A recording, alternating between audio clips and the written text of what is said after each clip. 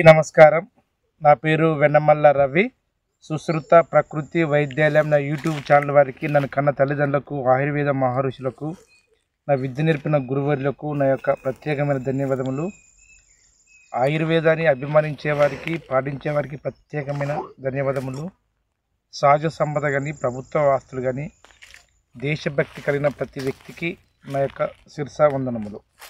నేను చెప్పుకుంటూ పోతున్న ఆయుర్వేద అన్వేషణ భాగంలో, ఆయుర్వేద అభిమానులారా, ఎన్నో విభాగాలుగా ఏమీ వచ్చినా కానీ మన యొక్క శరీర స్థితిగతులు, మన యొక్క సూర్యచంద్ర భూభ్రమణాన్ని ఒక కాలంగాను పట్టుకొని మనం పరిగెత్తినే మనుషులు కానీ జీవులు కానీ బతికే అవకాశంగా ఉంటుంది. ఇది 100% వాస్తవము. ఎందుకంటే ఎన్ని చరిత్రలు తీసుకొచ్చినా, ఎన్ని ఆధారాలు తీసుకొచ్చినా కానీ మనకు అనుగుణంగా మనుషులు మార్చుకోవడానికే ప్రయత్నం. ఆ ప్రయత్నంలో మనం విఫలం కావడము, దాని ఫలితమే మన వ్యాధులు రావడం. అది 100% వాస్తవం.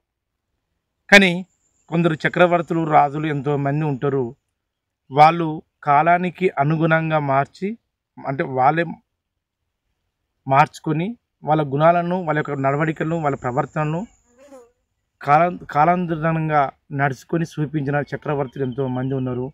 వాళ్ళు చరిత్ర పుటాల్లో ఉన్నారు. ఇప్పటి వరకు మన జీవితాల్లో కానీ నిత్యము అణువున మనకు క్షణంలో మనకు ఆవిర్భావంగా ఉద్భవిస్తున్న చక్రవర్తులు ఎంతోమంది ఉన్నారు. అలాంటి వాళ్లకు ఈ భూమి కొరకు, ఈ భుక్తి కొరకు, ఈ ప్రకృతి కొరకు, ఈ సమాజం కొరకు, అంతే పేద ప్రాణుల కొరకు ఎవరైతే విశ్లేషణ చేస్తారో, వాటి గురించి ఎవరైతే తప్పిస్తారో వాళ్ళందరికీ మరొకసారి నా శిరసా వందనములు చేస్తూ నేను చెప్పబోయే విధానం ఒకటేనండి.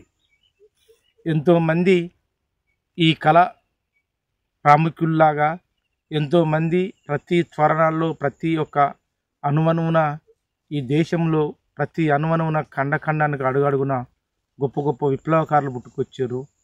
అందులో మన శరీరం కూడా ఒక విప్లవాత్మక మార్పులు వస్తాయి. కానీ ఆ విప్లవకారుల మార్పులు కానీ, ఆ విప్లవాత్మక క్షణాలు కానీ మనకు వచ్చినప్పుడు అప్పుడే మనం ఉద్భవించినట్టుగా, మార్పు చెందినట్టుగా ఆలోచిస్తాము. కానీ కొద్ది కాలం తర్వాత అవి మర్చిపోతాము. మళ్ళీ తిరిగి పునరావృతం చెందకుండా ఆ కాలగర్భంలో కలిసిపోతాం. అదే మన ఒక విప్లవానికి, మన యొక్క అనుకున్న దానికి మార్పులుగావే. కానీ అదే విప్లవాత్మక మార్పులు కనుక వచ్చినప్పుడు ఆ విప్లవంలో ఎలాంటి ఒక మార్పులు తీసుకురావాలి, అంతేకాకుండా దాని ధోరణానికి ఎలాంటి యొక్క అనుగుణంగా తీసుకురావాలని ఆలోచించే వాళ్ళు కొద్ది మంది ఉంటారు. ఆ కొద్ది మందిలో అలా ఆలోచించి ఆ విప్లవాత్మక మార్పులకు, లేదంటే ఆ యొక్క ఆలోచన పరిజ్ఞానానికి, లేదంటే అప్పుడున్న యొక్క సమస్యకు ఆటోమేటిక్గా మనం విదజల్లినప్పుడే వాళ్ళు 100% సక్సెస్ఫుల్ అవుతారు. అటువంటి చక్రవర్తుల్లో ఎంతోమంది రాజులు, చక్రవర్తులు ఈ దేశంలో అడుగంటిపోయిన వాళ్ళు తిరిగి ఉద్భవించి కొద్దిమంది కాలం వరకు, శతాబ్ద కాలంలో ఈ సృష్టి ఉన్నంత వరకు కొద్దిమంది ఈ చరిత్రకారులు ఉన్నారు. అలాంటి వాళ్ళు ఉన్నందుకే ఈ దేశం ఇప్పుడు కూడా, మన దేశమే కాదు యావత్ ప్రపంచంలో అలాంటి వాళ్ళు నాయకులు కానీ, రాజులు కానీ ఉన్నందుకే ఇప్పుడు మనం వాస్తవంగా నివసిస్తున్నాం. ఇది వాస్తవమా కాదు ఒకసారి ఆలోచించండి. ఇది 100% వాస్తవం అండి. అంటే మన సృష్టి ఉద్భవించిన తర్వాత మన నాగరికత ఆటోమేటిక్గా దక్షిణాఫ్రికాలోని ఏకకణ జీవం నుంచి ఆదిమానవుడు పుట్టినాక ఈ భూగోళం మీద ఉత్తర ఈశాన్యం ఉండడం వల్ల అనేక జీవులకు, అనేక ప్రకృతికి ఈ నిలయంగా ఈ భారతమాత ఉద్భవించడం వల్ల అక్కడ ఉన్న ఆయా చరరాశులు లేక జీవరాశులు లేక ప్రతి ప్రాణకోటికి ఈ యొక్క భాగంలోనే అన్ని జీవంలాగా కళలకు నైపుణ్యంగా ఉండడం వల్ల ఇక్కడనే నాగరికత పుట్టింది, ఇక్కడనే చరిత్ర పుట్టింది, ఇక్కడనే అన్ని పుట్టినాయని మన చరిత్రాత్మక ఆధారాలతో మనకు ముందుకు వచ్చినాయి. అది 100% వాస్తవమే. వాస్తవమా కాదా? 100% వాస్తవమే. కానీ అప్పుడు కొద్దిగా పునరావృతం చెందినాక, అంటే ప్రజలలో అవగాహన వచ్చిన తర్వాత, అనువర్తింపు చేసిన తర్వాత, అది కొద్ది కాలం వరకే ఆ కాలాన్ని పట్టుకొని, ఆయా చరిత్రను పట్టుకొని, ఆయా ప్రాంతాన్ని పట్టుకొని కొద్ది కాలం వరకే ఆ ప్రజలు కానీ, ఆ కాలం ఉన్న యొక్క ప్రాంత ప్రాణులు కానీ బతకగలిగినాయి. కానీ ఎప్పుడైతే మనిషి స్వార్థం అని పెరిగిందో, ఆ మనిషి స్వార్థం తగ్గట్టుగానే అనేక విధాలుగా ఒకరి మీద ఒకరు పెత్తనం చెలాయించడం వల్లనే, అవి అణిగి తొక్కడం వల్లనే ఆ స్వార్థంతో ఎప్పుడైతే ఆ ప్రాంత ప్రజలు ఆ ప్రాంతంగానే ఎప్పుడైతే అణిగిదొక్కడం ఉన్నదో, వేరే ప్రాంత ప్రజలు వేరే విధంగా అంచెలంచెలుగా ఎదిగి కేవలం పురాతన కాలం నుంచి వస్తున్న ఈ ప్రాంతంలో స్వార్థంతో అణిగిదొక్కుతున్న విధానాలు, జీవన విధానాలను వీటిని అణిగిదొక్కడానికి వేరే వేరే ప్రాంత ప్రజలు కొద్దిగా చదువుకొని ఈ విజ్ఞానంగా చలామణై ప్రపంచవ్యాప్తంగా ప్రపంచవ్యాప్తంగా వాళ్ళ కీర్తి, వాళ్ళ పేరును గాయించిన వాళ్ళు గొప్ప గొప్ప చరిత్రకారులు, తెల్లదొరలు ఉన్నారు. అంటే ఈ విషయం ఒకసారి ఆలోచించాలి ఆయుర్వేద అభిమానులారా. ఎందుకంటే మనకు ఆర్యుల సామ్రాజ్యం నుంచి దాదాపుగా ఇది ప్రాచీన నాగరికత నుంచి ఇక్కడ వరకు వచ్చిన వాళ్ళకుంటే, ఇక్కడ వచ్చిన విషయం ఏంటంటే చాలా కాలం వరకు ఎప్పుడైతే ఈ కాలాంగాన్ని పట్టుకొని నేను ఇప్పుడు చూపించిన ఒక భరతమాత ఒడిలో లేక దాదాపుగా ఉత్తర ఆసియా లేక ఆసియా ఖండంలో ఆర్యులు, చోళులు, అంతేకాకుండా ప్రాచీన నాగరికతలో ఈ ప్రాంతీయ తత్వమైన భాషా భావనలు కలిగిన యొక్క ప్రజలలో దాదాపుగా ఉత్తర ఆసియా లేక ఆసియా ఖండము, ఆఫ్రికా లేకంటే ఆస్ట్రేలియా, ఉత్తర అమెరికా, దక్షిణ అమెరికా, ఇంకా ఆఫ్రికా ఖండాల్లో కొన్ని ఈ ప్రాంత ప్రజల్లో ఉన్న ప్రజలు ఉద్భవించిన తర్వాత ఆటోమేటిక్గా ఉత్తర ఈశాన్యము మన భూగోళము ఉన్న భాగంలో అనేక జీవరాశులకు సమ్మిళితంగా ఉండడం వల్ల ఈ ఉత్తర ఆసియా భాగంలోనే భారతదేశ వ్యాప్తంగా ఇండోనేషియా, బంగ్లాదేశ్, పాకిస్తాన్, నేపాల్ ఇవన్నీ ఉమ్మడిగా ఉన్న భారతదేశ ఖండంలోనే అన్ని జాతుల వారు, అన్ని కళవారు, అన్ని విద్యలకు, అన్ని కళలకు నైపుణ్యముగా నూరిపోసిన ఈ భాగం ఆ భాగం మంచిగా ఆయుర్వేద అభిమానారా.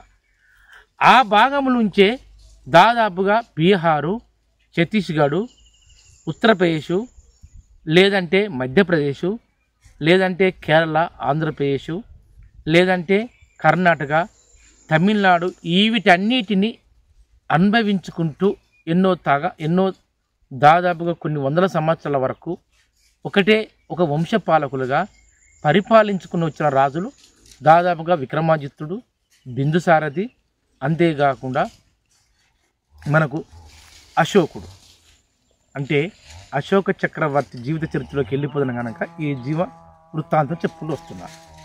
అందుకు ఆ యొక్క జీవ వృత్తాంతం చెప్పుకున్నప్పుడు ఆ కాలం నుంచే ఎన్నో విభాగాలుగా విభజించుకుంటూ ఎన్నో కళలకు నైపుణ్యంగా ఉన్న భూభాగమును ఇదే విధంగా దీన్ని అనినిత్యంగా భావించుకుంటూ ఎన్నో కళలకు ఎన్నో దానికి ఈ నివసిస్తున్న ప్రాంతంలో ఇక్కడ స్వార్థంగా ఏర్పడి కొద్ది కాలం తర్వాత ప్రజల మీద ఆధిపత్యం చెలాయించడం వల్ల ఆ ప్రజల్లో చైతన్యవంతము, అభివృద్ధి చెందకపోవడము, ఎక్కడికక్కడికి నాసీ రకం ఒక విధానాలుగా ప్రేరేపించడం వల్ల దీనికంటే ఇక కొద్ది కాలం తర్వాత తెల్లదొరల చక్రవర్తులు తెల్లదొరల్లాగా పెత్తనం చెలాయించి ఎప్పుడైతే పాత పద్ధతులుగా పరిపాలన చేసుకుంటూ ప్రజలను ఆధినిత్యం ఎప్పటికీ అసహించుకోవడం వచ్చే కాలంలో ఆ తెల్లదొరలు ఈ యొక్క భారతదేశమే కాకుండా యావత్ ప్రపంచవ్యాప్తంగా ఆయా ప్రాంతాల్లో చేరి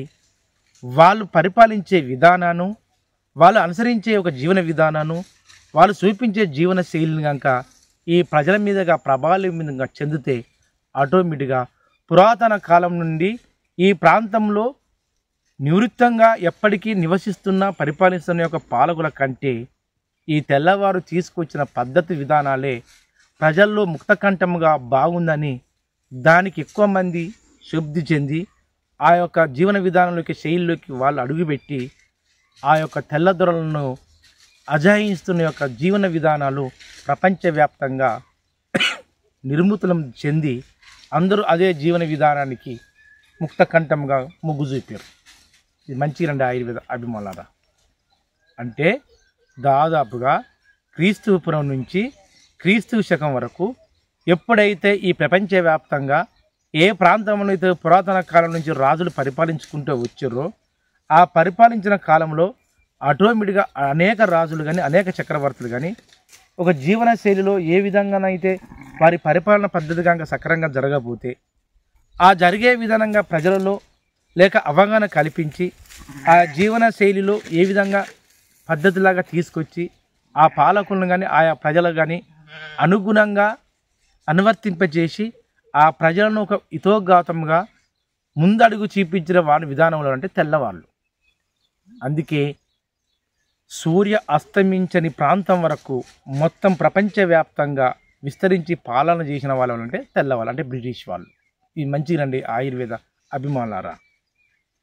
ఎందుకు మన చరిత్ర చూడండి, బిందుసారథి కుమారుడు అశోకుడు.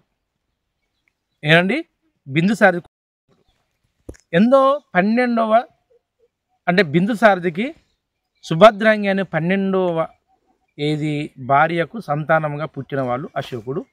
అప్పుడు ఆయనకు 100 మంది, 101 మందికి, 102, 101 మందికి ఈ అశోకుడు పుట్టిండు. అయితే పుట్టిండు ఆటోమేటిక్గా సింహాసనాన్ని ఏ విధంగా అధిష్టం చేయాలి అని ఆలోచించారు.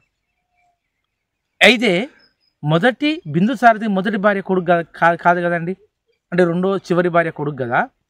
ఎప్పుడైతే అక్కడ బిందుసారథికి 12 మంది భార్యలకు పుట్టిన యొక్క సంతానంలో సుశాంకుడు పెద్ద కుమారుడు తక్షశిలలో చేరి అనేక విధాలుగా ఆ బిందుసారథి యొక్క పేరును, విక్రమాదిత్యుని యొక్క పేరును మొత్తం దిగజార్చి అనేక విధాలుగా అనేక చిత్రహింసలు పెట్టి ఆ యొక్క పరిపాలన చేసుకుంటూ వస్తుంటే అక్కడ ఆటోమేటిక్గా మళ్ళీ అదే అశోకుడిని ఈ బిందుసారథి అక్కడ నిర్వహించడం, ఆ బిందుసారథి యొక్క మనోభావన తెలుసుకొని అశోకుడు వెళ్ళి తక్షశిలలో మళ్ళా తిరిగి పునర్వైభవాన్ని తీసుకురావడం. అంటే బిందుసారథి పరిపాలించేటప్పుడు తక్షశిల ఏ విధంగా ఉన్నది, అక్కడ అనేక విధాలుగా తక్షశిలలో ఉన్నప్పుడు అశోకుడు ఉదయం లేచి ఆ తక్షశిలలో అందరూ అధ్యాపకంగా అంటే వాళ్ళు బోధించే క్రమంలో గురువుల దగ్గరికి వెళ్ళి మర్యాదపూర్వకంగా విద్య నేర్చుకోవడము, అనేక విధాలుగా నేర్చుకోవడము, మళ్ళీ ఆయన నచ్చిన ఒక అమ్మాయిని పెళ్లి చేసుకోవడము. ఈ క్రమంలో ఈ పాటలీపుత్రానికి అంటే ఈ మగధ సామ్రాజ్యం యొక్క రాజధాని అనే పాటలీపుత్రంలో బిందుసారథి ఆటోమేటిక్గా మంచాల పడడం. ఈ యొక్క రాజ్యానికి సామ్రాజ్యానికి ఎవరు రాజు కావాలి అంటే మొదటి భార్య యొక్క సుశాంకుడే కావాలంటే అతడు దూజాలకు బానిసై వ్యర్థంగా కావడం, ఇదంతా జరిగిన చరిత్రగా ఉన్నది. అయితే చివరికి ఏమైనది, ఇక్కడ పెద్ద ఒక యుద్ధ ప్రకటన మంచిగానండి ఆయుర్వేదమారా. ఒక కుటుంబంలోనే ఒక 12 మంది భార్యలతో బిందుసారథి ఒక కుటుంబ సారథిగా ఉన్నప్పుడే ఇంత పెద్ద రాద్ధాంతం తక్షశిల వలంబిని, అంతేకాకుండా గొప్ప గొప్ప ప్రపంచానికి కొన్ని వందల సంవత్సరాల వరకు ప్రపంచ దేశాలు వచ్చి సకల విద్యను, సకల వైద్యులను, సకల సదుపాయాలను నేర్చుకునే యొక్క తక్షశిలను అదే బిందుసారథి సారథ్యంలో, విక్రమాదిత్యుని సారథ్యంలో చాణక్యుడు, అంతేకాకుండా కౌటిల్యుల యొక్క అర్థశాస్త్రానికి మన ప్రపంచ జ్ఞాని అర్థశాస్త్రంలో కలిసిన ఒక కౌటిల్యులు వచ్చిన కాలంలోనే ఇంత పెద్ద రాద్ధాంతం జరుగుతుంది. అంటే ఒక చరిత్ర దాదాపు చూడండి 2024 నుంచి 300 అంటే 324 నుంచి 2020 అంటే దాదాపు ఒక శతాబ్ది కాలంలో అంటే ఎక్కడ నందనుడు, విక్రమాదిత్యుడు, బిందుసారథి, అశోకుడు అంటే ఎంత 4 అంటే 4 వారసుల కాలంలో 4×20 అంటే 100 సంవత్సరాల కాలంలోనే ఇంత పెద్ద రాద్ధాంతం జరుగుతుంది. కానీ అలాంటి చక్రవర్తులు భారతదేశ వ్యాప్తంగా లేదంటే ప్రపంచవ్యాప్తంగా ఇరాను, రష్యా, ఇంకా అంతేకాకుండా ఇటలీ లేక ఆస్ట్రేలియా ఖండంలో ఇవన్నీ రాద్ధాంతాలు అంటే ఏ ప్రాంతానికి ఆ ప్రాంతానికి స్వార్థంతో ప్రజలను అణిచివేత తొక్కి, అంతేకాకుండా ప్రజలకు తెలియని విజ్ఞానాన్ని నేర్పకుండా అనేక విధాలుగా చిత్రహింసలు పెట్టేటప్పుడు అప్పుడు బ్రిటిష్ వాళ్ళు, డచ్ వారు, పోర్చుగీస్ వారు మన దేశంలో ప్రవేశపెట్టిన తర్వాత అందరినీ తరిమికొట్టు ఒక బ్రిటిష్ వాళ్ళే మన దేశం మీద ఉండి అనేక విధాలుగా వాళ్ళకు విద్యా వ్యవస్థలు ఏదో మన భారతదేశంలో సంపదను తన వైపు తిప్పుకోపోవడం తీసుకెళ్ళడానికి వచ్చి తనకున్న స్వార్థంతో వాళ్ళకున్న విజ్ఞానాన్ని పంచడం, ఈ విధంగా భారతదేశంలో జరిగే విధానం ఇది. అంటే ఒక రాజు ఒక వంశంలోనే, అశోక వంశంలోనే అంత స్వార్థం జరిగితే ప్రపంచవ్యాప్తంగా ఈ బ్రిటిష్ పాలకుల్లో ఇంత స్వార్థం జరగదా? ఒక్కసారి ఆలోచించండి ఆయుర్వేద అభిమానులారా, 100% సాగుతుంది. అదే కాలంలో బ్రిటిషు వాళ్ళు మన దేశంలో ప్రవేశించినప్పుడు మన కనీసము ఒక ప్రాంతం నుంచి ఒక ప్రాంతానికి వెళ్ళాలంటే కాలినడికన్నా లేదంటే ఏదో ఒక గుర్రాల బండి అన్న లేదంటే ఒక ఎడ్ల బండి అన్న పోయేది. కానీ బ్రిటిష్ వాళ్ళు పాలకులు ఇక్కడికి వచ్చిన తర్వాత ఒక ట్రైను లేదంటే ఒక యంత్రంతో నడిచే ఒక వాహనాలు ప్రవేశపెట్టడం వల్ల అప్పుడు తెల్లదొరలు ప్రవేశించిన యొక్క తెలివి, వాళ్ళు విచక్షణించిన యొక్క జ్ఞానం ఆటోమేటిక్గా మనలో ఉన్న యొక్క అభ్యాసంతమైన యొక్క సంపద, అంతేకాకుండా మనలో ఉన్న యొక్క సహజ సంపదను వాళ్ళు దోసిపుచ్చుకోవడానికి అనుగుణంగా ఉన్నది. ఇదంతా కేవలం ఎప్పుడు జరిగింది? కేవలం 1400 సంవత్సరము 1500 సంవత్సరము, అంటే దాదాపుగా మనకు 400-500 సంవత్సరాల క్రితం జరిగిన సంఘటన ఇది.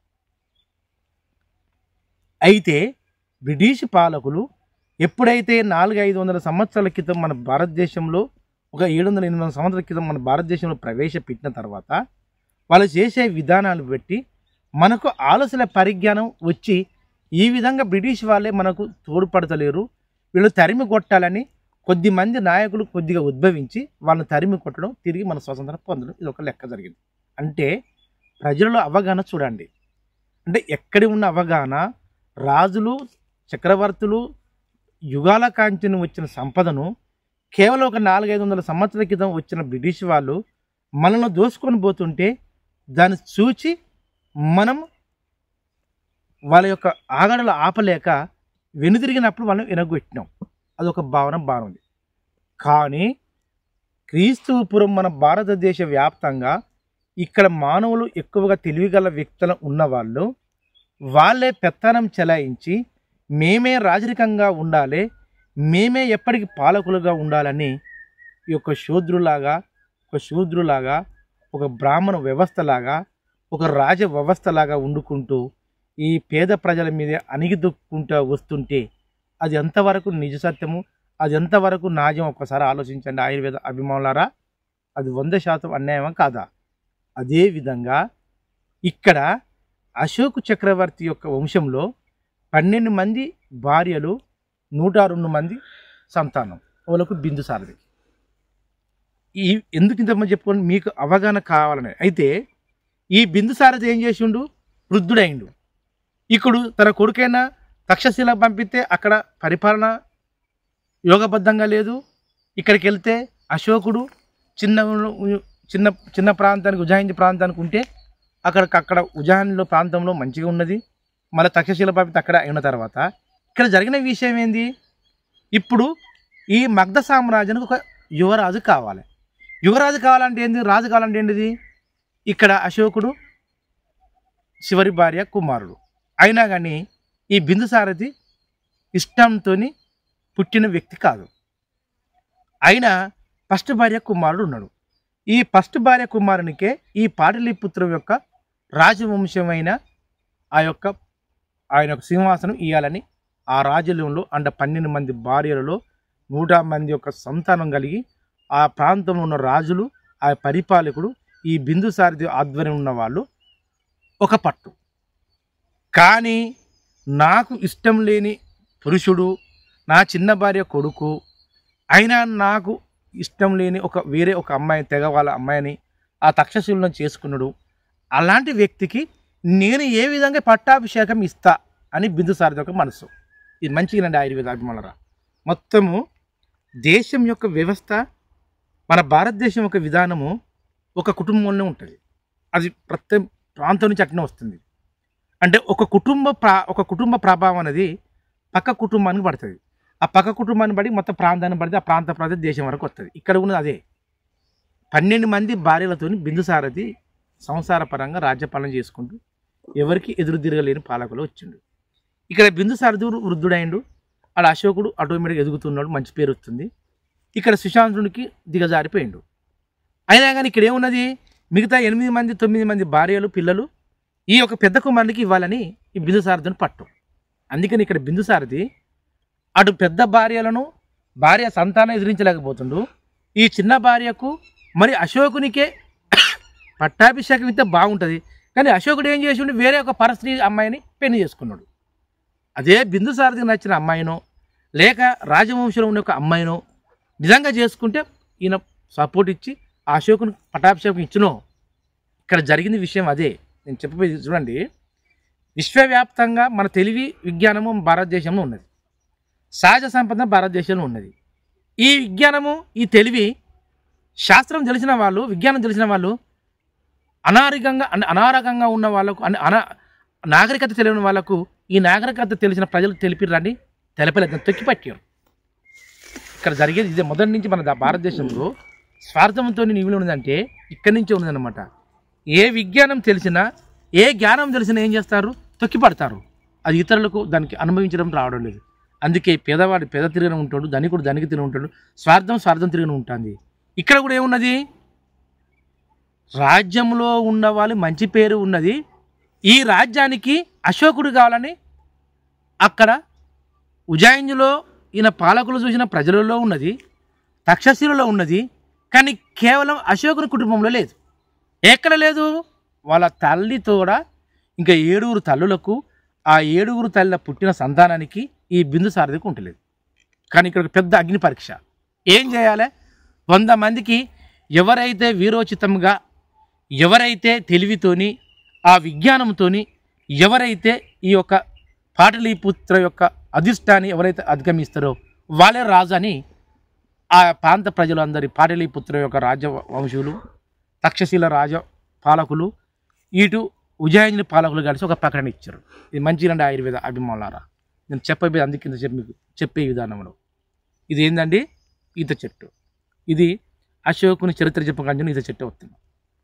ఈ ఈత చెట్టుతోని మనకు జీవితం చాలా ముడిపడి ఉంది. ఎప్పుడైతే ఈత చెట్టును కనుక మనం పక్కన పెట్టినామో ఓ ఈత రెక్కల్లాగా అయిపోయాం. అది ఈత చెట్టులాగా మంచిగా కలిగి ఉంటే ఈత ముద్దలాగానే ఉండు. ఇప్పుడు ఈత పనుల ఒక సీజన్ కనుక చెప్తున్నా, ప్రతి ఒక్కరికి నేను అశోక చక్రవర్తి కుటుంబంలాగా ఎదగాలి అంటే గొడవలు పెట్టే విధంగా కాదు, అశోక చక్రవర్తి నడిచే విధానంగా ఎదగాలి. అది గొప్పతనం. ఎక్కడైతే స్వార్థం ఉంటుందో, ఎక్కడైతే ఈ సమాజంలో ప్రతి ప్రాంతంలో కలుషితానికి చెడుకు దారితీస్తుందో అశోక చక్రవర్తి తొక్కాలి, వాడిని నాశనం చేయడం, పాతాళం తొక్కాలి. అందుకే విధంగా ఎదగడం ప్రయత్నం చేస్తున్నా. మన శరీరంలో ఎప్పటికీ కొందరికైతే నైట్ పూట పండుకుంటే నిద్ర పట్టదండి. వాళ్ళకైతే అమూల్యమైన శక్తివంతమైంది మంచిగానండి ఆయుర్వేదం. మనరా ఈత చెట్టు లేత మట్టలు తీసుకురండి, తీసుకొచ్చి చిన్న ముక్కలుగా తరగండి. అతి ముక్కలుగా తరగండి. తరిగి షుగర్ ఉన్న వాళ్ళు, షుగర్ లేని వాళ్ళు, షుగర్ ఉన్న వాళ్ళైతే తాటి బెల్లం కలపండి, షుగర్ లేని వాళ్ళైతే ఏదైనా కలిపిన కొన్ని అవిసె గింజలు ఇవి కలుపుకొని రోజు ఉదయం సాయంత్రం పరిగెడుతున్న వాళ్ళండి. ఎంత అమూల్యమైన శక్తివంతం ఉంటుందంటే ఈ ఒక్కటి చూడండి. ఈ వెన్నుపూసకి ఈ విధంగా పక్కటంగా ఉంటుంది కదా, వాటిని వెన్నుపూసలో ఉన్న యొక్క విద్యుతస్కంద తరంగాలను తిరిగి ప్రేరేపింపే శక్తివంతమైనది చెట్టు అండి. అందుకే ఈ యొక్క అశోక చక్రవర్తి చెట్టులో ఈ యొక్క చెట్టుని నేను ఎన్నుకున్నా, ఎంతోమందికి ప్రవేశపెట్టిన. అదేవిధంగా దీని అందరూ వినడానికి ప్రయత్నం చేస్తారని మిమ్మల్ని ఆశించుకుంటూ ఒకటి చెప్తున్నా. ఇక్కడ ఏమున్నది? అశోక చక్రవర్తిని సింహాసనం మీద అధిష్ఠించొద్దని ఒక భాగం. అంటే వాళ్ళ కుటుంబీకులు ఉండవలసిన 102, 101 మంది సంతానము, 12 మంది భార్యలు బిందుసారథి. ఒక్కరు మాత్రమే అశోకునికి ఒక్కనికి అటు ఆ యొక్క ప్రాంతం ఆ పరిపాలన ఉన్న మంత్రివర్గాలకే అశోకునికి కావాలని కొందరు. ఇక్కడ ఏం చేసిండు? ఈ యొక్క తక్షశిల ఉజ్జయినిని మంచి మార్పు తీసుకొచ్చిండు. ఇక్కడ కపట ప్రేమవులు బిందుసారథి అశోకునిగాంక రాజ్య అధిష్టానమే అశోకునికి ఇవ్వబోతే నా కళ్ళ ముందే ఇక్కడ తక్షశిలము నశించినట్టు యావత్ పాటలీపుత్రము, ఉజ్జయిని, అటు తక్షశిల, ఇటు ఉన్న యొక్క కేరళ, ఈ అన్ని ప్రాంతము నశించిపోతాయి. అశోక చక్రవర్తి లాంటి అజ్ఞాన యోగవంతుడు ఎవరు లేరు అని బిందుసారథి ఆత్మకు తెలుసు. కానీ తన మొదటి భార్యకి ఇయ్యలేదు, నా భార్యలతో ఏం మాడబోద్దని ఇదొక భావన. అంటే ఇస్తనో ఒక భావన, ఈ భావన అనే ఉద్దేశం కుంగి కుషించి మంచాల పడ్డవాళ్ళు బిందుసారథి. ఈలోపు పెద్దగా పాలకులు వచ్చిండు. ఆటోమేటిక్గా శత్రువులు ఎక్కడ లేరు, నా కుటుంబమును అంటే మా నాన్నగారు వహించుకున్న మా పెద్ద తల్లులు, నా పెద్ద తల్లులకు పుట్టిన మా అన్నలకు సోదరులకే నేను శత్రువును అని తన యొక్క లోకంలో ఉండవలసిన ఒక ఆధ్యాత్మిక జీవితంలోకి అశోకుడు తక్షశిలలో నేర్చుకున్న ధర్మశాస్త్రానికి ఆధారంగా, రాజశాస్త్రానికి ఆధారంగా ఆలోచించుకుంటూ తన ప్రేమించిన అమ్మాయిని పెళ్లి చేసుకుంటూ ఇటు ధర్మాన్ని తండ్రి యొక్క ధర్మాన్ని, ఈ రాజ్యాన్ని యొక్క ధర్మాన్ని తప్పకుండా ఆటోమేటిక్గా తన కుటుంబం మీద యుద్ధం చేసుకుంటా, తన అన్నను నరుకుంటా, ఓడించుకుంటా పాటలీపుత్ర యొక్క రాజ అధిష్టానాన్ని అధికరించి ఒక యువరాజుగా పట్టాభిషేకం పొందిందండి. ఎవరు? అశోకుడు. అదండి అశోకుని యొక్క చమత్కారం. అది అతని యొక్క ఉండవలక భజస్తంభం, అతను ఉండవలసిన ఒక తెలివి. ఎక్కడి పురుషుడు, ఎక్కడి పుత్రుడు చూడండి. 100 మంది కంటే ఈయన చివరికి పుట్టినవాడు. మరి వీళ్ళ తల్లి 12వ భార్య. అయినా తల్లి సపోర్టు లేదు, ఇటు తండ్రి సపోర్టు లేదు. ఏమున్నది? ఆటోమేటిక్గా ఏదో ఉజ్జాయించిన ప్రాంతంలో ఉంచితే ఒక 6-7 సంవత్సరాల కాంచన ఉండడం వల్ల ఆటోమేటిక్గా దొంగసాటును గిమ్మసాటును ఆ రాజ్యంలో రాజు మెచ్చుకోను, లేక మంత్రి మెచ్చుకోను, కొన్ని యుద్ధ వైడూరాలు నేర్పిన వ్యక్తి. ఆడ తక్షశిలలో తన అన్న ఉంచితే అక్కడ మొత్తం నాశనం అయిపోతుండే.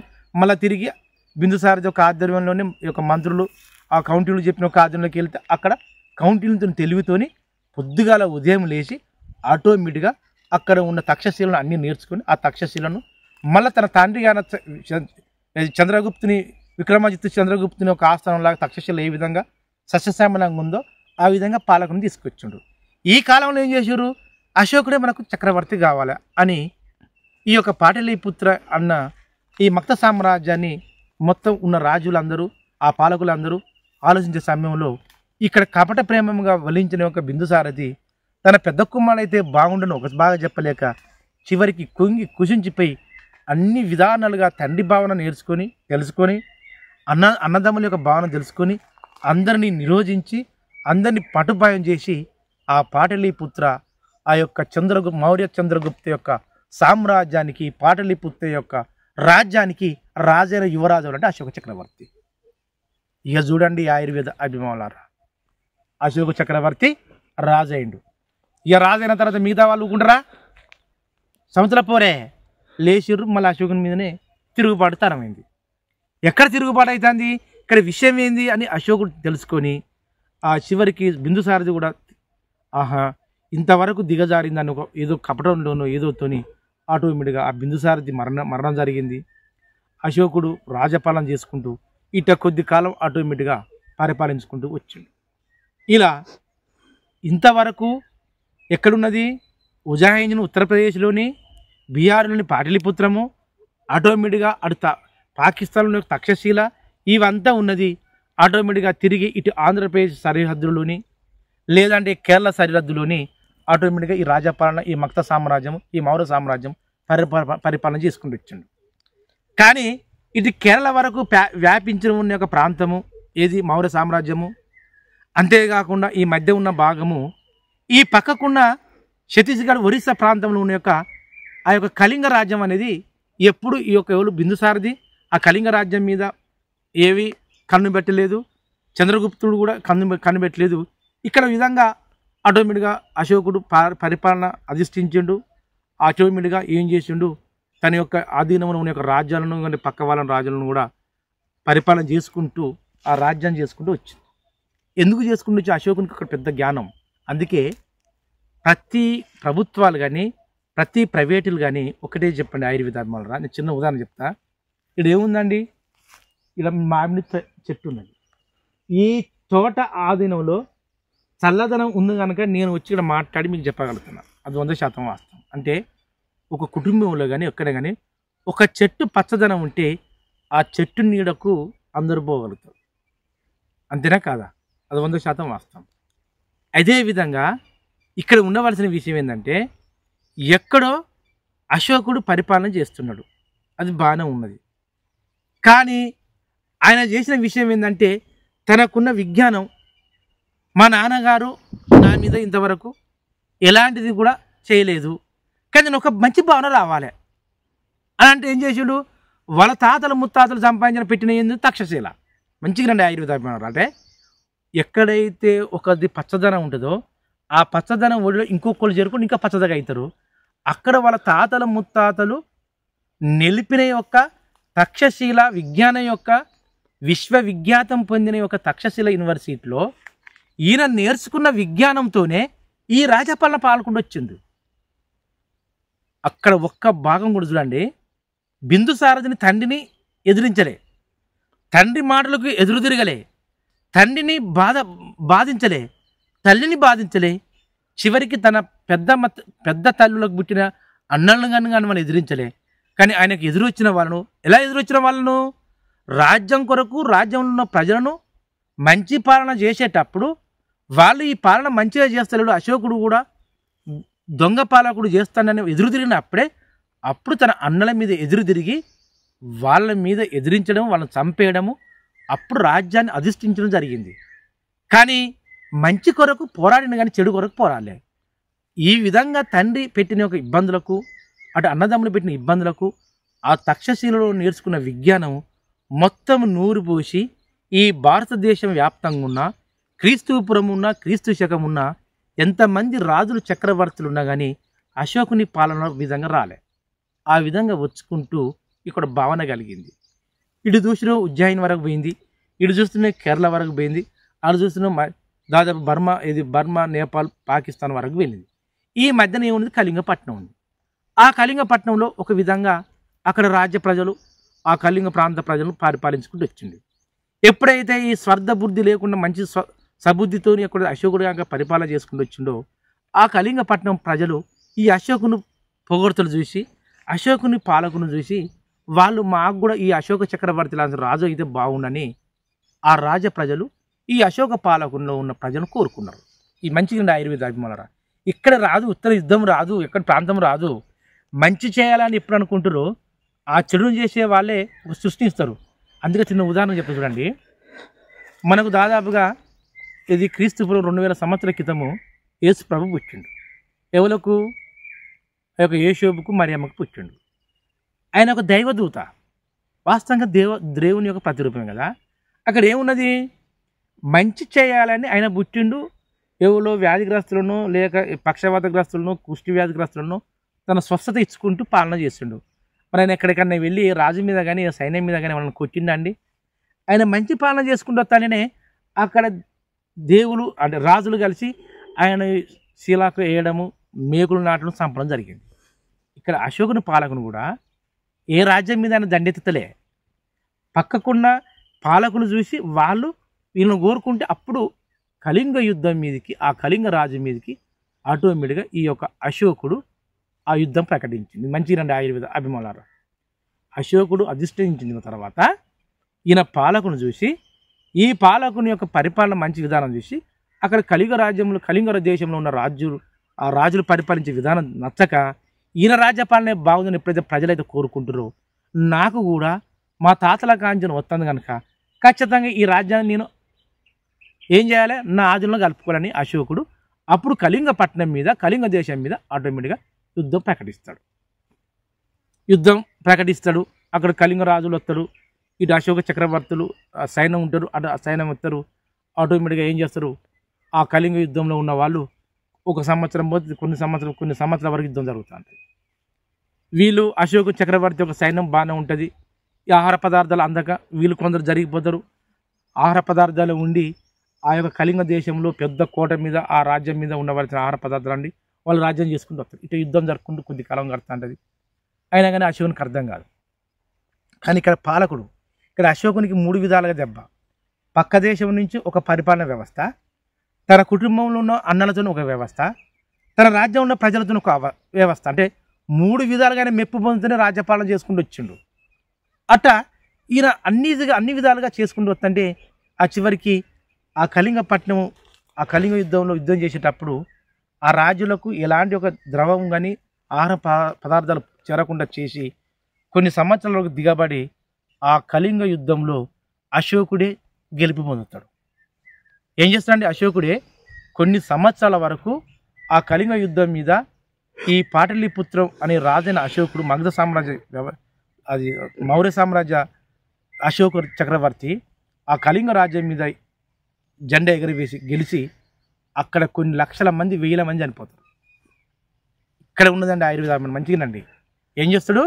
కళింగ రాజ్యాన్ని ఆక్రమించాలి, కళింగంలో ఉన్న ప్రజలందరూ మేలుకొల్పాలి. అశోకుడు యుద్ధం చేస్తే ఆ యుద్ధంలో కొన్ని సంవత్సరాల వరకు యుద్ధం జరిగితే అక్కడ కళింగ దేశంలో ఉండవలసిన ప్రజలు, ఈయన సైన్యంలో ఉండవలసిన ప్రజలు, సైనికుల యొక్క కాలు చేతులు పోయి, మొండాలు పోయి, అందులో స్త్రీలు, గర్భిణీ స్త్రీలు కూడా కొందరు వరకు నిండు శూలాలతో ప్రాణాలు కోల్పోయిన వాళ్ళు, ఆ కోల్పోయిన ప్రాణాలకు గుట్టిబిట్లాగా కొట్టుబిట్లు చూసి అశోకుడు ప్రాణం చెల్లించిపోతుంది. అబ్బా, నేను ఈ సువిస్తరమైన యొక్క భారతదేశంలో ఈ యొక్క మౌర్య చంద్రగుప్తుని యొక్క ఆస్థానమైన పరళిపుత్రాన్ని నేను రాజ్యముగా సింహాసనం ఇచ్చింది వాస్తవమే. నా అన్నలను మా నాన్నను ఎదిరించి ఈ సామ్రాజ్యాన్ని స్థాపించి వాస్తవమే.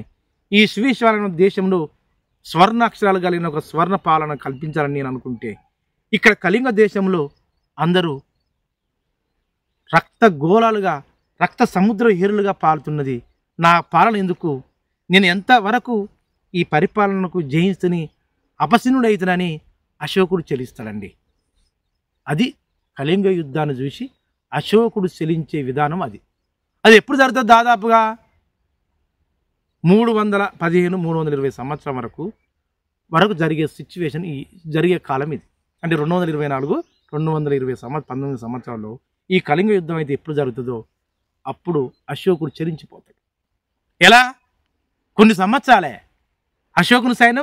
అశోకుని రాజ్యం పెద్దది, కళింగ రాజ్యం చిన్నది.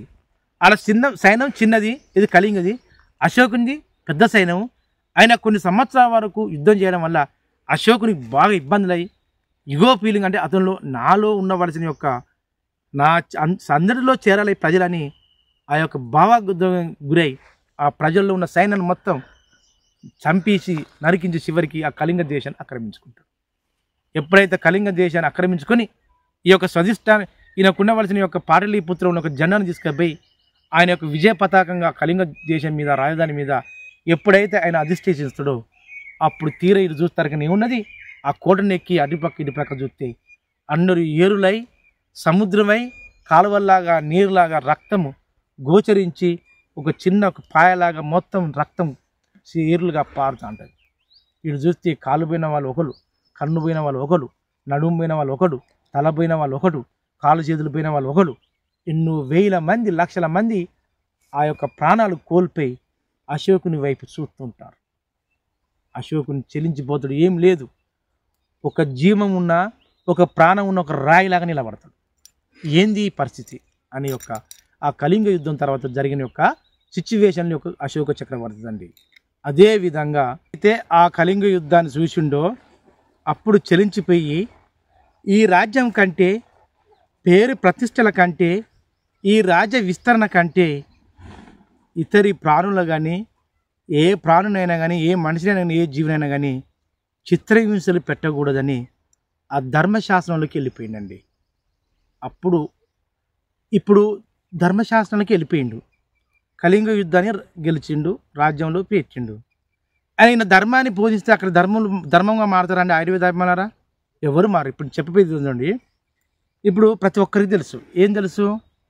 మాంసం కృతులు తింటే కొలెస్ట్రాల్ పెరుగుతుంది, చికెన్ మటన్ తిన్నా కొలెస్ట్రాల్ పెరుగుతుంది, మందు తాగినా చచ్చిపోతారు, మన యాసనాలకు బలైన అన్ని చచ్చిపోతుందని తెలుసు. కానీ వాళ్ళని మారుతారా ఆయుర్వేదాభిమానారా? ఒక్క మనిషి వాళ్ళని మారుతారా? చచ్చిపోతున్నని సర్టిఫై చేసిన ప్రభుత్వ అధికారి మారతలేరు. నిజంగానే తాగి ఆనందం చేసి దానితో చెడు చేసిన మనిషి మారతలేడు. మరి కేవలం ఎవరు మారుతారు? ఎవరో ఒకరు తన ఆయుర్వేద జీవన విధానంలోకి, ఆధ్యాత్మిక జీవిత విధానంలోకి చేరిన వాళ్ళే మారడానికి ప్రయత్నం చేస్తారు. ఇక్కడ ఏం చేసిండు? ఈయన కళింగ యుద్ధం ఉన్నది. కళింగ యుద్ధం తర్వాత చూసి సంచరించిండు, బాధపడ్డాడు. నేను చెయ్యొద్దనగానే ఇక్కడ రాజ్యం మారుతుందా? అశోకుడు మారొచ్చు, అశోకుడు ఒక్కడు మారొచ్చు. కానీ అక్కడ పాలకులు కానీ, అక్కడ ప్రజలు కానీ, ఆ మంత్రితత్వం కానీ, ఆ యొక్క సైనిక వర్గం కానీ మారుతారండి. కానీ ఇక్కడ అశోకుడు ఏం చేసింది తెలుసా? ఎప్పుడైతే కళింగ యుద్ధంలో జరిగిన యొక్క వాళ్ళ అర్థనాలు ఎప్పుడైతే తిన్నాడో, వాళ్ళ క్షోభాలు ఎప్పుడైతే తిన్నాడో, ఆయన గుండె చలించిపోయి ఇలాంటి యుద్ధం మన జరగకూడదు అంటే, నేను ఒక యుద్ధం నుంచి అంటే నా రాజ్యం నుంచి వేరే రాజ్యం మీద దండెత్తి అక్కడ నుంచి యుద్ధం చేసి అక్కడ ప్రాణాల సైతం వరకు నేను దోపిడీతత్వంగా చేయొద్దు అనేది తన గుండె శాసనం మీద శాసించిన వ్యక్తి ఎవరంటే అశోకుడు. అంతేకాకుండా అదే కాలంలో ఆయనకు 2 కుమారులు 1 కుమార్తె కూడా జన్మించి ఆ రాజ్యపాలన చేసుకుంటూ వస్తుంటే ఈ కళింగ యుద్ధం జరిగిన తర్వాత పునరావృతం చెందడానికి ప్రయత్నం చేసిండు. అలా ఏం చేయాలి? ఇంతకుముందు ఏం చేసిండు? ఇక్కడ అశోకుని యొక్క కుటుంబ పాలకుల్లో ఇతర యొక్క అన్నలతోని తల్లులతోని తండ్రితోని ఒక భావన తీసుకొచ్చు అధిష్ఠించిండు. తర్వాత కళింగ రాజ్యాన్ని ఆక్రమించుకోవడానికి ఎంతో యుద్ధం చేసి తను చెల్లించిపోయి ఆయన ఒక భావన కలిగింది.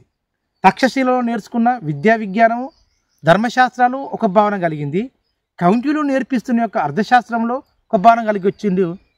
అనేక విధాలుగా ఈ కళింగ రాజ్యంలో జరిగిన వాళ్లకు నష్టపరిహారంగా ఆ దేశంలో ప్రాణాలు కోల్పోయిన వాళ్ళ అందరికీ నేను ఒకటే చేయాలి. ఏం చేయాలి? నా రాజ్యంలో ఉన్న ప్రాంతంలో ఈ కళింగ దేశంలో ఉన్న ఒక నిండి శూలాలు అశోకుడు నడుస్తుందట. యుద్ధం జరిగిన తర్వాత మంచిగా రండి ఆయుర్వేద అభిమానులారా. అశోకుడు కళింగ యుద్ధం జరిగింది. ఆటోమేటిక్గా అశోక్ చక్రవర్తి కదా, అందరూ ఉన్న తర్వాత అశోకుడే మొత్తం చెరిగి ఎట్ట జరిగిందని అశోకుడు తనకున్న కాలకున్న పాబదులు వేసుకొని తన ఉన్న ఒక వస్త్రదానం ఇటు వేసుకొని నడుచుకుంటూ వెళ్తుందట. నిండి శూలాలు అంటే 2వ రోజో 3వ రోజో ఆ కళింగ యుద్ధంలో అంటే ప్రసహిస్తుంది అనే ఒక స్త్రీ ఆమె కాలు ఏది కట్టయి తెగి ఆ యుద్ధంలో లేక చేయిపోయి అటు పోయిన తర్వాత తండ్రి మహారాజా గారు నీకు సంతోషం కలిగిందా నాన్న అని ఆ నిండి శూలాలు అలా పండుకొని ఇట్ట ప్రార్థిస్తుందట. ఒక చెయ్యి ఉండదు, ఒక కాలు ఉండదు, ఒకటే చెయ్యి ఒకటే అది. కానీ అశోకునికి ఎప్పుడైతే ఆ నిండి గర్భిణీ స్త్రీ ఎప్పుడైతే ప్రార్థిస్తుందో ఆయన గుండె చెదిరిపోయి మతిస్థిమత కోల్పోయిందట. కొందరికి ఉంటుందండి వాస్తవంగా, ఎన్ని పాపం చేయని ఎంత చేయని గర్భిణీ స్త్రీల పాపం చేయొద్దు. ఈ పుణ్యలోకం గొప్పది. తన రక్త మాంసాలతోని ఒక పిండానికి అంటే ఒక కొత్త శిశువుకు అంటే జన్మనిచ్చిన యొక్క గర్భగుడి లాంటిది ఈ స్త్రీ యొక్క గర్భం. అటువంటి శూలాలు తొక్కుపికలు ఆడుతుంది. ఒక చెయ్యి కట్ అయింది, ఒక కాలు కట్ అయింది, అటు లేవలేని స్థితిలో ఉన్నది. ఈ శూలాలు ఉన్నది. ఆ రాజును చూసింది, చక్రవర్తిని అశోకును చూసింది. తండ్రి దేవుడా, నీ కళలకు కానీ నీకు సంతోషం కలిగి నువ్వు చల్లగా ఉండగలుగుతావా నాన్న అని ఆ నిండు గర్భిణీ స్త్రీ ఈయన అన్నదట. అశోకుని మతి భ్రమించి మతి దిబ్బరమై ఏం ఆలోచించలే. ఎప్పుడైతే ఈ శ్లోకం ఆ స్త్రీ నోట ఇన్నుడో అశోకునికి ఒక్కడే పడ్డది. ఏ స్త్రీ అయినా, నా దేశంలో ఉండవలసిన, నా మౌర్య సామ్రాజ్యంలో ఉండవలసిన ఏ స్త్రీ అయినా, ఏ పురుషుడైనా కానీ ఒక వ్యాధి గురించి, ఒక రోగం గురించి బాధపడకూడదు అని అప్పుడు అశోకుడు గ్రామానికి రాజు యొక్క వైద్య సదుపాయం కల్పించడని తన పురాతనంలో తన ఒక కురు గ్రామంలోకి చేరి ఆ వైద్యంలో ఆ గ్రామంలో ఉన్న ఒక గ్రామీణ వైద్యులాగా ఒక ఆయుర్వేదం, ఒక పురాతన కాలం నుంచే వస్తున్న యొక్క ఆయుర్వేద వైద్యం ఎవరైతే నేర్స్తారో ఎవరైతే చేస్తారో ఆ కుటుంబీకులను తీసుకొచ్చి అశోకుడు ఆ గ్రామంలో ఉన్న వాళ్లకు పరిచయం చేయించి, నువ్వు ఈ గ్రామంలో ఉన్న ప్రజలకు ఎలాంటి వ్యాధులు రాకుండా నువ్వు చేసే బాధ్యతని ఆ వైద్యునికి ఆ రాజరికంగా కొంచెం రుసువులాగా చెల్లించుకుంటూ గ్రామ వైద్య అధికారంగా ఒక పద్ధతి ప్రకారంగా తీసుకొచ్చిన మొట్టమొదటి ప్రపంచ చరిత్రలో ఇవ్వాలంటే అశోక చక్రవర్తి. అంటే ఒక గ్రామీణ నాటు వైద్య వ్యవస్థను నెలకొల్పిన వ్యక్తి అంటే అశోక చక్రవర్తి. అలా కొద్ది కాలం అట్లా వచ్చినాక అప్పుడు అశోకునికి ఒక భావన కలిగింది. ఏం కలిగింది? ఒక ప్రాంతం నుంచి ఇంకొక ప్రాంతానికి ప్రజలు వలస వెళ్ళడో లేక పనులకు వెళ్ళడమో ఏదో వెళుతుంటే, కొద్ది ప్రాంతం వెళుతుంటే రాజు ఆటోమేటిక్గా కళింగ యుద్ధం జరిగింది. వెళుతుంటే బాగా ఎండ కొడుతుంటే ఈ బాటకు అప్పుడు ఏందండి, మన ఒక మనిషి నడిచే బాట ఉండే, కాలినడక బాట ఉండే. ఆ బాటలకు ఏం చేయాలి? ఇరువైపులు చెట్టు నాటాలి. ఎందుకు నాటాలి? ఎప్పుడైతే మనిషి ఒక ప్రాంతం నుంచి ఒక ప్రాంతం వెళ్ళేటప్పుడు ఆ చెట్టు నీడ కాసేపు కూసుంటాడు, ఆ చెట్టుతోని మంచి జరుగుతుంది అనే ఒక భావన కలిగి, ఎందుకు ఆయన తక్షశిలలో ఆయన విద్యా బోధన బోధించేటప్పుడు విద్య నేర్చుకునేటప్పుడు ఆ తక్షశిల మొత్తం పాకిస్తాన్ అప్పుడు మొత్తం అడవి ప్రాంతం కదండి. అడవి ప్రాంతంలో చెట్లను చూసి ఆ చెట్లతో వచ్చిన మకరందాలను ఆ పుష్పం చూసి ఆయన నేర్చుకున్న విజ్ఞానం కూడా గొప్పదిగా నేర్చుకుని ఈ మొక్కలు నాటడం గొప్పదని అప్పుడు బాటకి ఇరువైపులా నేరేడు చెట్టు, అశోక చెట్లు, అంతేకాకుండా మర్రి చెట్లు, అంతేకాకుండా మామిడి చెట్లు నాటించిన గొప్ప చక్రవర్తి అశోక చక్రవర్తి. రావి చెట్టు, మర్రి చెట్టు, పెద్ద పెద్ద చెట్లను అశోక చక్రవర్తి బాటకి ఇరువైపుల మొక్కలు నాటించింది. మన చరిత్ర చూసుకుంటే ప్రపంచవ్యాప్తంగా ఏ చరిత్ర చూసుకున్నా కానీ, మన భారతదేశ హిస్టరీ తీసుకున్నా కానీ ఎక్కడన్నా బాటకి ఇరువైపుల నాటించిన చక్రవర్తి గీరానుకు అశోక చక్రవర్తి. అక్కడ నిండి శూలాలను చూసి అక్కడ గ్రామీణ నాటు వైద్య వ్యవస్థను ఏర్పరిచిండు. గ్రామం నుంచి వెళ్ళి పట్టణ వ్యవస్థకు పెద్ద పెద్ద రాజ్యాలకు మొత్తం వైద్యం వ్యాపించింది. అంతేకాకుండా తన గ్రామాలకు వెళ్ళి పక్కదారులకు ఆ చెట్లను పెంపకం మొదలుపెట్టిండు.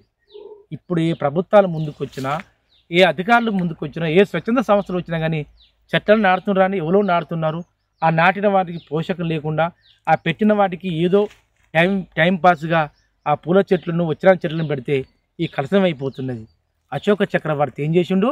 నేరేడు చెట్టు, మర్రి చెట్టు, జువ్వి చెట్టు, రావి చెట్టు, మామిడి చెట్టు, అన్ని క్షీర వృక్షాలు కొన్ని ఉన్నాయి. కొన్ని ఫలం ఇచ్చే చెట్లు పెట్టడం వల్ల ఆ ఫలం ఇచ్చే చెట్లు ఆ బాటసారిలో కొందరు తినుకుంటూ పోతారని ఆలోచించి ఇంతవరకు అశోక చక్రవర్తి ఆ విధంగా చేసుకుని పెట్టాడు. ఇలా కొద్ది కాలం ఇక్కడ ఏమున్నది? వైద్య వ్యవస్థ ఏర్పడ్డది, అంటే పట్టణ వ్యవస్థ ఏర్పడ్డది. ఆటోమేటిక్గా విద్యా వ్యవస్థ కావాలి.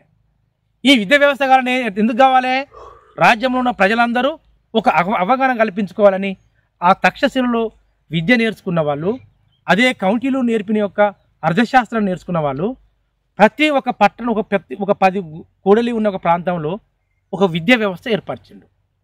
అంతేకాకుండా అశోకుడు ఏర్పరిచింది ఆ రోజున కాలంలో ఈ మనుషులతో పాటు ఈ ప్రజలతో పాటు జంతువులు ఉన్నాయి, పశువులు ఉన్నాయి, ఇంకా వేరే పక్షులు ఉన్నాయి.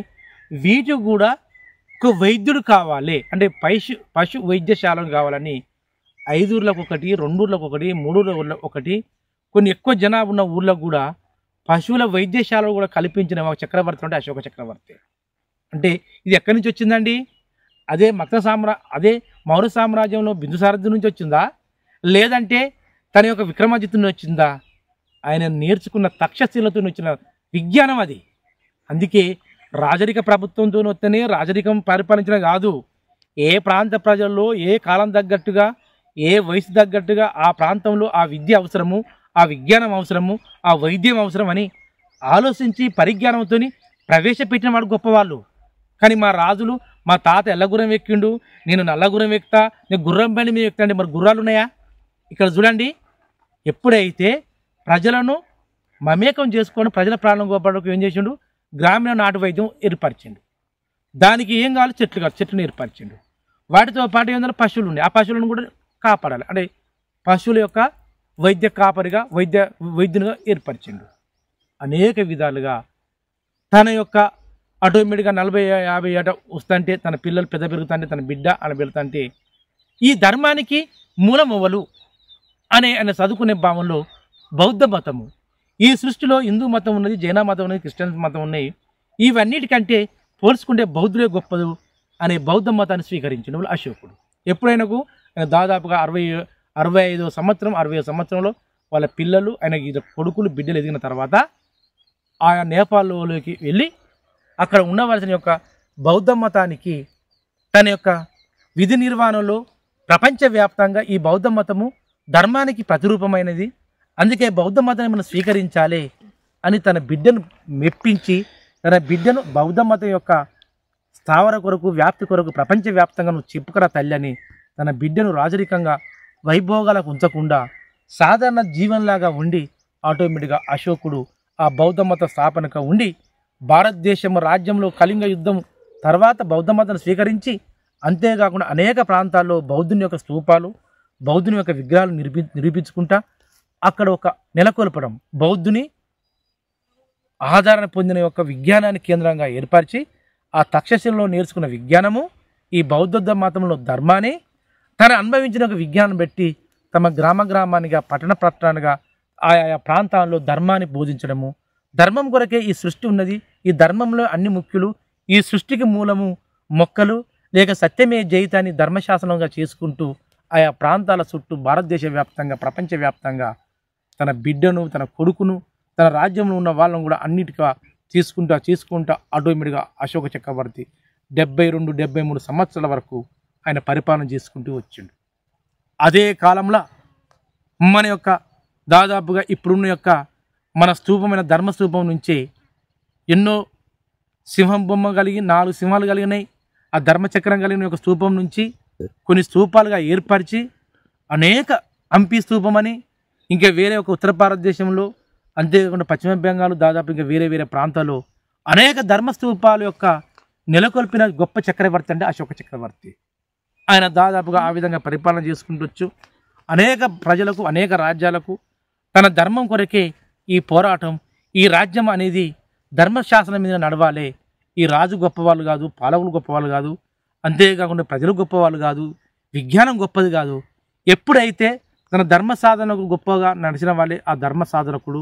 అలా ధర్మబుద్ధిని వేడుకోవాలని ఆ ప్రజలకు ఇతువు కలిపిన నేర్పించిన వ్యక్తి అంటే అశోక చక్రవర్తి. అందుకని ఆ కాలంలో ఆ ధర్మదానికి ధర్మబుద్ధిగా ఉన్న బుద్ధుని మతాన్ని స్వీకరించి ఆ బౌద్ధ మతంలోకి ఆయన 73వ సంవత్సరంలో ఆటోమేటిక్గా ఆయన తనువును పరమపదించిండు. ఆ ధర్మశాస్త్రానికి అంకితం చేసిన గొప్ప చక్రవర్తి అంటే అశోక చక్రవర్తి అండి.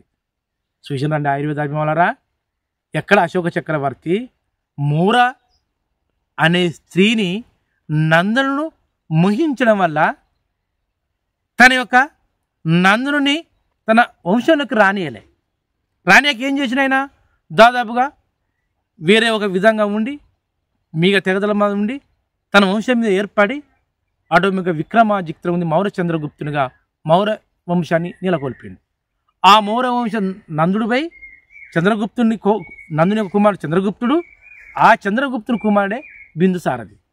ఆ బిందుసారథి చంద్రగుప్తుడు ఎప్పుడైతే తన తండ్రికి ఈ విధంగా జరిగిందో చంద్రగుప్తుడు అనేక విధాలుగా, అనేక శాఖలుగా, అనేక రాజ్యాలను అధికరించి తన యొక్క రాజ్యం మీద తన తండ్రిని అధిష్ఠరించి మౌర్య సామ్రాజ్యం స్థాపించి బిందుసారథిని సన్నిధిలో తన కొడుకుకి అనువాదించిన తర్వాత కొడుకు అయిన బిందుసారథి ఆటోమేటిక్గా 12 మంది భార్యను పెళ్లి చేసుకున్నాక 12వ భార్య కుమారుడే అశోక చక్రవర్తి. కానీ ఇక్కడ బిందుసారథి పెద్ద పాలన చేసిండు, విక్రమాదిత్యుడు పెద్ద పాలన చేసిండు, నందుడు పెద్ద పాలన చేసిండు. మరి అశోక చక్రవర్తి లాగా ఈ ముగ్గురు కానీ ధర్మం గురించి పోరాడిన ఆయుర్వేదాభిమానులారా, అంటే ఇక్కడ ఏమున్నది, మనిషి ఎవరైతే ధర్మం గురించి పోరాడుతారో, ఎవరైతే సృష్టిలో ఉన్న ధర్మాన్ని ఆ ప్రాణులు కాపాడటానికి ఎవరైతే మొదలు పెడతాడో వాళ్ళ ధర్మదేవుడు. అందుకే సృష్టి చెప్పేది ఒకటే, ఈ సృష్టికి ప్రతి ధర్మం ఎవరైతే ఇతర ప్రాణాలు కోల్పోకుండా కాపాడి ఆ కొత్త ప్రాణాలను కాపాడే వ్యక్తి ఎవరుంటారు వాళ్ళ ధర్మదేవుడు. ఆ ధర్మదేవులాగానే అశోకుడు పరిపాలించిండు. అతని యొక్క స్థాపించిన స్తూపాలతోనే మనకు స్వతంత్రం వచ్చిన తర్వాత అశోకుడు 24 గంటలు కళింగ యుద్ధం తర్వాత ప్రతి జీవికి, ప్రతి ఒక్క ప్రాణాల సైతం లెక్క చేయకుండా ఎప్పటికీ 24 గంటలు పోరాడి ధర్మం కొరకే పరిపాలన చేసిన కనుకనే ఆయన ధర్మపాలన గొప్పదని ఆయన స్థాపించిన యొక్క స్తూపాలతోని మన యొక్క జాతీయ జెండా మీద రాజముద్రలాగా స్థాపించేసిన మన ప్రభుత్వం యొక్క గవర్నమెంటు. అందుకే అశోకుని యొక్క ధర్మపాలన లాగానే మన పాలన సాగాలని ఎంతోమంది వెలువెత్తి ప్రాణత్యాగాలు చేసి మనకు 1947 ఆగస్టు 15వ తారీఖున తెల్లదొరను తరిమిగొట్టి మనం స్వతంత్రం సంపాదించుకునే యొక్క ధర్మస్థాపనమైన మన త్రివర్ణ పతాకమే మనకు అశోకుని యొక్క ధర్మశాస్త్రానికి చిహ్నం అండి. ఆ విధంగా మన భారతదేశ యొక్క చరిత్ర, ఆ చరిత్రలో అంతేకాకుండా అశోకుని యొక్క వంశము, అశోకుని యొక్క పాలన, అశోకుని యొక్క విధానము చిరస్మరణీయము. ఈ కలియుగం ఉన్నంత వరకు ఈ భూమి, ఆకాశము, చంద్రుడు, ఈ పంచభూతాలు, ఈ విశ్వం ఉన్నంత వరకు అశోకుని పాలన ఎప్పటికీ విస్మరించుకుంటున్నాయి. అశోకుని పాలన లాగానే మన ధర్మశాస్త్రం లాగానే మన ధర్మచక్రం లాగానే మన శరీరం కూడా ఉండాలనే ఒక భావన. అది 100% వాస్తవమా కాదా? ఒక్కసారి ఆలోచించండి ఆయుర్వేద అభిమానులారా. 100% వాస్తవం. నా శరీరము నేను ఏమి తిన్నా ఏమి లేదు, నేను ఏమి పోయినా బాగున్నది, నా నుదుట కానీ నా ముందు కానీ ధర్మం జరుగుతుందండి. ఫస్ట్ నువ్వు ధర్మంగా మారండి. ధర్మంగా మారంటే మన శరీరం అనే ఒక ప్రాంతంలో, మన శరీరం అనే ఒక విశ్వంలో, ఈ విశ్వంలో ఉండవలసిన ఏంది? నీతి నిజాయితీ. ఒక కొత్త ప్రాణులను అన్యాయం చేయకుండా, పాత ప్రాణులను నశించజేయకుండా, కొత్త ప్రాణికి నష్టం చేయకుండా చేసే ధర్మశాస్త్రమే అశోకుని యొక్క ధర్మబుద్ధి. అదేవిధంగా మన శరీరంలో అనేక విధాలుగా కలుషిత పదార్థాలు, వ్యర్థ పదార్థాలను, అంతేకాకుండా మత్తు పానీయ పదార్థాలను, అంతేకాకుండా మత్తునెక్కిచ్చే భాగాలను మన శరీరంలోకి అనుభవిస్తే మనకు చెడు జరుగుతుందా? జరగదా? 100% జరుగుతుంది. అదే నిర్మలాత్మకంగా ఒక మొక్కల నుంచి, లేక గింజల యొక్క మొలకెత్తిన గింజల నుంచి, లేదంటే మనం తీసుకోవాల్సిన ఆహార పదార్థాల నుండి, ఈ పంచభూతాల్లో జరిగిన యొక్క పాల నుండి, లేదా నీళ్ళ నుండి, ఈ యొక్క పుష్పం నుండి, లేదంటే కాయల నుండి, ఆ మొక్క నుంచి వచ్చే వాటిని కనుక శ్వాసించుకొని మనం అనుభవించుకుంటే మన శరీరము ధర్మం తప్పకుండా ఎప్పటికీ నిత్య యవ్వనంగా ఉండి మనకు ఎలాంటి వ్యాధులు రావు. ఇది అశోకుని యొక్క ధర్మసూత్రం. మనం ఆ విధంగా వాళ్ళని చూస్తారా ఆయుర్వేద అభిమానులారా? ఎవరు చూడడం లేదు. అందుకే నా ఛానల్ చూసే వాళ్ళని చెప్పే విధానం ఒకటే, ప్రతి ఒక్కరు చెప్తున్నా, ధర్మాన్ని పాటించడానికి ప్రయత్నం చేయాలి. ధర్మం కొరకే మనం పోరాడాలి. ధర్మమే మన జీవితం, సత్యమే జయిత. ఈ సృష్టికి మూలమే మొక్కలన్న ధర్మంతో నేను ముందుకెళ్తాను. మీకు చెప్పే విధానం మంచిగా రండి ఆయుర్వేద అభిమానులారంట. అశోక చక్రవర్తి వారసులకు అశోక చరిత్ర గురించి పుస్తక పటాల్లో కానీ ఎక్కడైతే ఉంటుందో గానో, అశోకుని కాలంలో పరిపాలించిన చక్రవర్తులు కానీ, ఆయన పాలకులు ఉన్న వాళ్ళ వారసులు కానీ, ముందొస్తున్న వారసులు కానీ ప్రతి ఒక్కరికి మరొకసారి నేను శిరసావించి వందనం చేస్తూ ఒకటే ఆయుర్వేద అభిమానులారా, నేను పదే చెప్తున్నా, ఈత చెట్టు గురించే చెప్తున్నా. ఈత చెట్టు కనబడితే కళ్ళకు అద్దుకోండి, 100% అద్దుకోండి. నేను చిన్న ఉదాహరణ చెప్తున్నా. ఈత కమ్మను కొయ్యండి, ఒక నీడలో పెట్టండి. తాటి కమ్మను కొయ్యండి, ఒక నీడలో పెట్టండి. ఖర్జూరం దానిపైన ఒక నీడలో పెట్టండి. ఏ కొమ్మకు నీకు కనబడి అన్ని నీడలో పెట్టండి. ఎక్కువ కాలం పచ్చదనం ఏది ఉంటుందండి? ఈత మట్టు. కారణం చెప్పండి. దీన్ని అన్నిటిని గ్రహించుకొని వ్యాధి నిరోధక శక్తి లేకుండా ఇందులో ఔషధ గుణాలు ఎక్కువ ఉంటాయి కనుక ఇది ఎక్కువగా నిగనిగా ఉంటుంది. కానీ ఇదే జాతికి చెందిన జిట్టీత, ఖర్జూర చెట్టు, తాటి చెట్టుకు ఉండదు. 100% ఉండదు అంతే. ఇప్పుడు నేను దాదాపు మీ ముందే దాదాపు గంట సేపు, ఒక గంట వరకు మీ చేతిలో ఉన్నా.